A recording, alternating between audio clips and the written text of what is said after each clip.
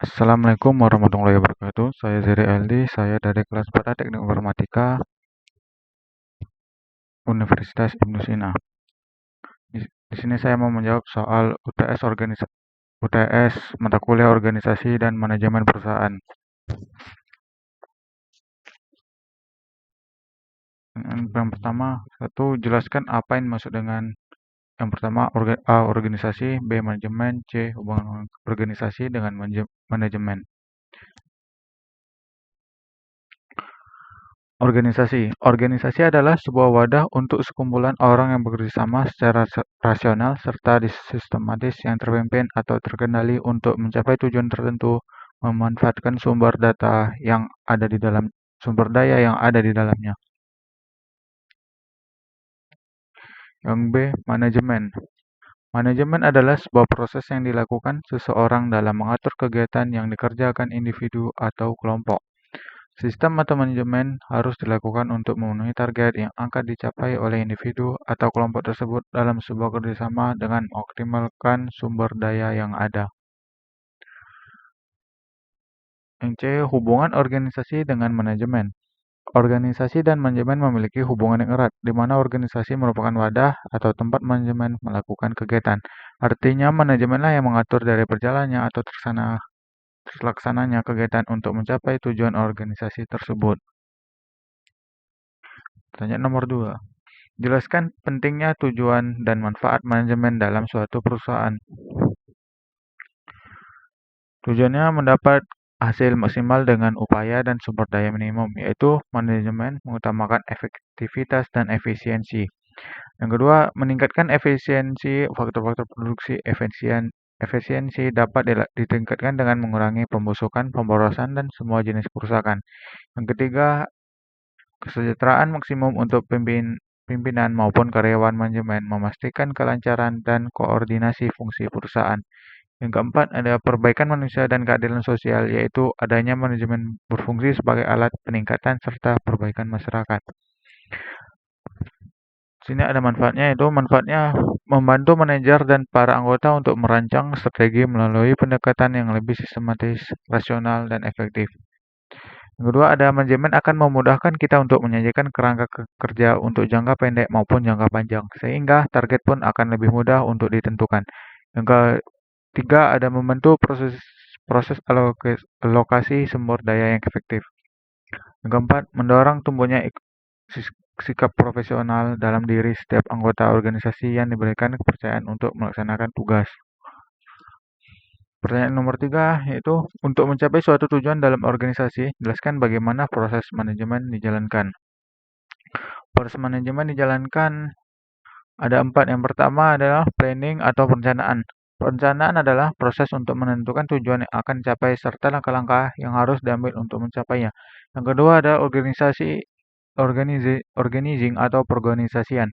Perorganisasian adalah proses pemberian tugas, pengalokasian sumber daya serta pengaturan kegiatan secara terkoordinir kepada setiap individu dan kelompok untuk menerapkan rencana.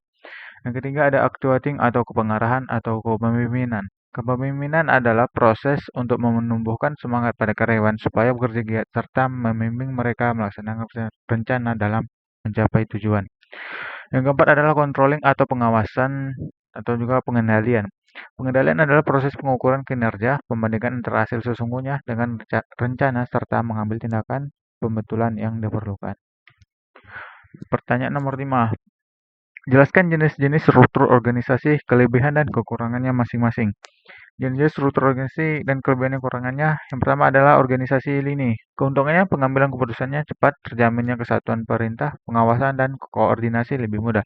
Kelemahannya dari organisasi lini yaitu keputusan yang diambil satu orang cenderung kurang sempurna, butuh pemimpin yang berwawasan luas dan berwibawa.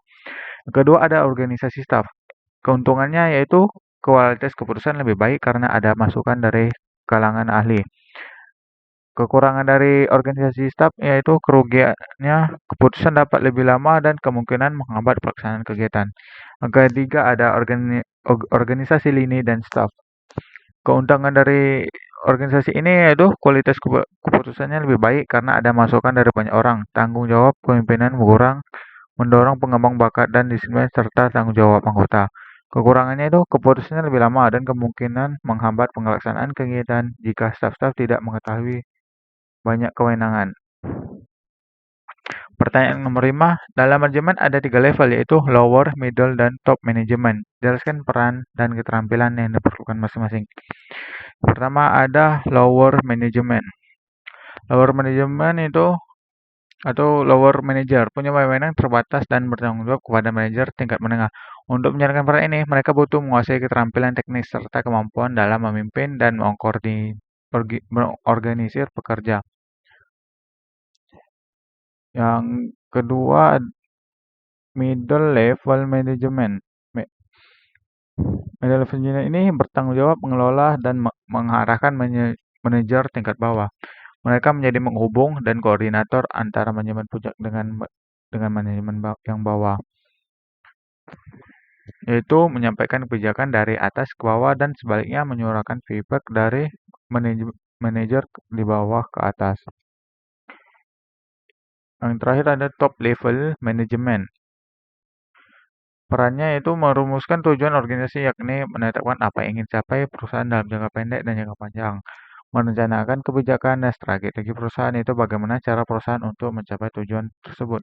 Mengoptimalkan seluruh sumber daya organisasi untuk mewujudkan tujuan organisasi. Yang keempat, mengarahkan ke manajemen tingkat menengah dan untuk menerapkan kebijakan dan strategi yang telah dirumuskan. Pertanyaan nomor 6. Kemajuan perusahaan salah satu faktor pendukung yang sangat berpengaruh dalam sumber daya manusia. Jelaskan bagaimana proses rekrutmen, seleksi, penempatan, dan pengembangan sumber daya manusia yang baik. Langkah-langkah proses rekrutmen yang pertama adalah menganalisis kebutuhan posisi. Menganalisis kebutuhan dan posisi. Perusahaan harus menentukan terlebih dahulu kebutuhan rekrutmen karyawan yang baru. Jika karyawan lama tidak dapat segera mendapatkan bantuan, beban kerja yang meningkat akan menurunkan kinerja. Yang kedua, merencanakan proses rekrutmen. Proses rekrutmen selanjutnya adalah perusahaan menyiapkan rencana untuk posisi yang dibutuhkan. Ketiga, memasang pasangan lowongan. Tim pengembang sumber daya manusia dapat mempublikasikan pengumuman internal tentang lowongan kerja baru untuk mendapatkan lowongan kerja dari sumber daya manusia yang ada. Kemudian memilih media yang menerbitkan iklan lowongan kerja seperti media cetak atau online yang memiliki pasar pembaca yang sesuai dengan kebutuhan perusahaan. Keempat adalah memproses lamaran kerja dan melakukan wawancara. Dengan iklan pekerja yang efektif, lamaran pekerja akan segera tiba. Sebelumnya, pastikan tim pengembangan sumber daya manusia yang sudah menyiapkan kriteria seleksi untuk membantu proses eliminasi jika pelamar terlalu banyak. Yang kelima adalah pilih kandidat yang cocok dan berikan kesempatan kerja. Maksudnya sini, jika semua langkah-langkah di atas sudah selesai, maka tim HRD akan siap untuk menyeleksi kandidat yang sesuai dengan kebutuhan perusahaan. Kemudian siapkan penawaran dan kontrak kerja sesuai dengan jabatan. Pertanyaan nomor 7, budaya organisasi adalah suatu norma dan nilai-nilai perilaku yang berlaku bagi seluruh anggota organisasi dan juga digunakan sebagai dasar dalam aturan perilaku di dalam organisasi atau perusahaan tersebut. Yaitu setiap perusahaan ataupun organisasi memiliki budaya yang berbeda-beda. Sehat atau tidaknya budaya itu tergantung output yang dihasilkan oleh perusahaan tersebut. Sehat atau tidaknya budaya organisasi itu bisa dilihat dari berbagai aspek. Adapun nilai-nilai budaya organisasi diterjemahkan sebagai filosofi usaha, asumsi dasar, slogan atau moto organisasi, tujuan umum organisasi, dan prinsip menjalankan usaha. Pertanyaan nomor 8, jelaskan pentingnya budaya organisasi dan pengaruhnya terhadap perusahaan. Kerja karyawan dan kebiasaan yang bermuara pada kualitas kinerja dengan budaya perusahaan yang unggul dan tepat, perusahaan Anda akan memiliki modal cukup untuk bersaing di era yang ini.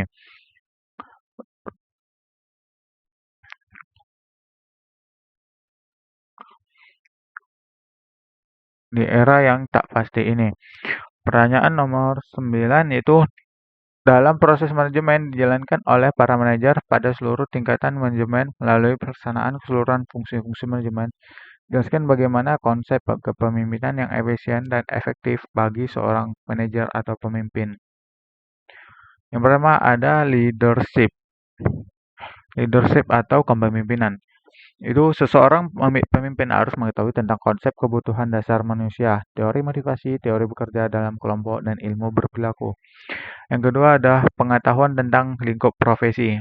Maksudnya adalah seorang pemimpin harus memiliki pengetahuan yang baik tentang lingkup kerja profesinya, baik pengetahuan kognitif maupun skill ataupun keterampilan, sehingga dia bisa menjadi role model dan panutan bagi bawahan, dapat menambah dan memberikan energi positif pada bawahan dalam melaksanakan tugas.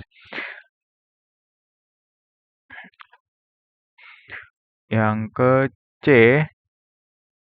critical thinking atau berpikir kritis. Sini maksudnya adalah seorang pemimpin harus mempunyai kemampuan berpikir kritis dalam hal pengambilan keputusan yang tepat untuk kepentingan klien maupun dalam memberikan arahan kepada bawahan. Yang, yang keempat ada kesadaran diri. Maksudnya adalah pemimpin yang baik harus mengenal dirinya dengan baik. Diawali dengan mengevaluasi kekurangan dan kelebihan yang dimiliki sehingga kekurangan tersebut dapat ditingkatkan. Yang terakhir ada komunikasi. Komunikasi adalah jantungnya kepemimpinan. Seorang pemimpin harus memiliki kemampuan berkomunikasi yang baik terhadap teman maupun bawahan, karena komunikasi yang baik adalah merupakan satu strategi dalam mempengaruhi orang lain. Nomor 10 terakhir adalah kepemimpinan adalah kemampuan menggerakkan orang untuk melakukan tugas-tugasnya dengan baik. Hal tersebut berhubungan langsung dengan gaya kepemimpinan. Jelaskan jenis gaya kepemimpinan yang Anda pahami dan kelebihan serta kekurangannya. Yang pertama ada tipe otoriter atau autokratis dominator. Dalam tipe ini, pemimpin bertindak diktator pada bawahnya, cenderung melakukan pemaksaan dalam menggerakkan kelompoknya. Kelebihannya, gaya ini adalah keputusan akan dapat mengambil dengan cepat karena mutlak hak pemimpin, tak ada bandahan dari bawahan. Pemimpin yang bersifat otoriter pasti bersifat tegas sehingga apabila ada kesalahan dari bawahan, maka pemimpin tak segan untuk menegur. Mudah dilakukan untuk pengawasan. Yang ada kelemahannya itu mudahnya melahirkan kubu oposisi karena dominasi pemimpin yang berlebihan. Disiplin yang terjadi seakan-akan karena ketakutan hukuman bahkan pemecatan dari atasan. Yang kedua ada tipe demokratis. Tipe kepemimpinan demokratis adalah kebalikan dari pemimpin otoriter. Di sini pemimpin ikut berbaur dan berada di tengah-tengah anggotanya. Pemimpin selalu memperhatikan kebutuhan kelompoknya dan mempertimbangkan kesanggupan kelompok dalam mengerjakan tugas. Kelebihannya, hubungan antara pemimpin dan bawahnya harmonis dan tidak kaku. Terus keputusan dan kebijaksanaannya diambil melalui diskusi sehingga bawahan akan merasa dihargai dan dibutuhkan peranannya. Kelemahannya yaitu proses pengambilan keputusan akan berlangsung lama karena diambil secara musyawarah. Sulitnya dalam pencapaian kata mufakat karena pendapat setiap orang jelas berbeda-beda. Terus yang ketiga ada tipe karismatik. Tipe karismatik itu memiliki energi dan daya tarik yang luar biasa untuk dapat mempengaruhi orang lain. Maka tidaklah heran apabila seseorang memiliki tipe karismatik, pengikut akan itu bisa dilihat dari cara mereka berbicara, berjalan, maupun bertindak. Kelebihannya dapat mengkomunikasikan visi dan misi secara jelas, dapat membangkitkan semangat bawahan untuk bekerja lebih giat.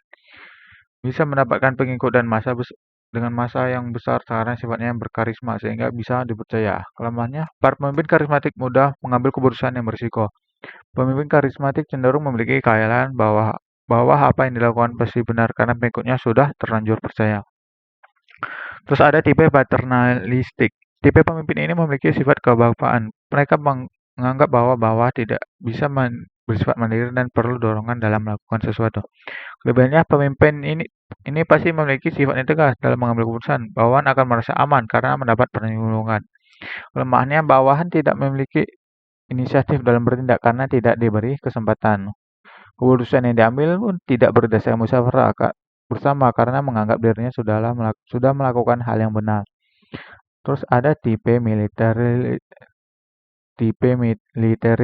Tipe pemimpin militeris ini adalah tipe pemimpin yang memiliki disiplin tinggi dan biasanya menyukai hal-hal yang formal, menerapkan sistem komando dalam menggerakkan bawahan untuk melakukan perintah. Kelebihannya tegas dan tidak memiliki keraguan dalam bertindak dan mengambil keputusan. Bawahan akan memiliki disiplin yang tinggi. Kelemahannya itu suasana cenderung kaku karena lingkungannya formal. Pemimpin sukar dalam menerima kritikan dan saran bawahan. Bawahan akan merasa tertekan dan tidak nyaman karena banyak aturan dan sifat yang kerasnya dari pemimpin. Baik, itu saja yang bisa saya jelaskan. Sekian dari saya. Kurang lebih, Assalamualaikum warahmatullahi wabarakatuh.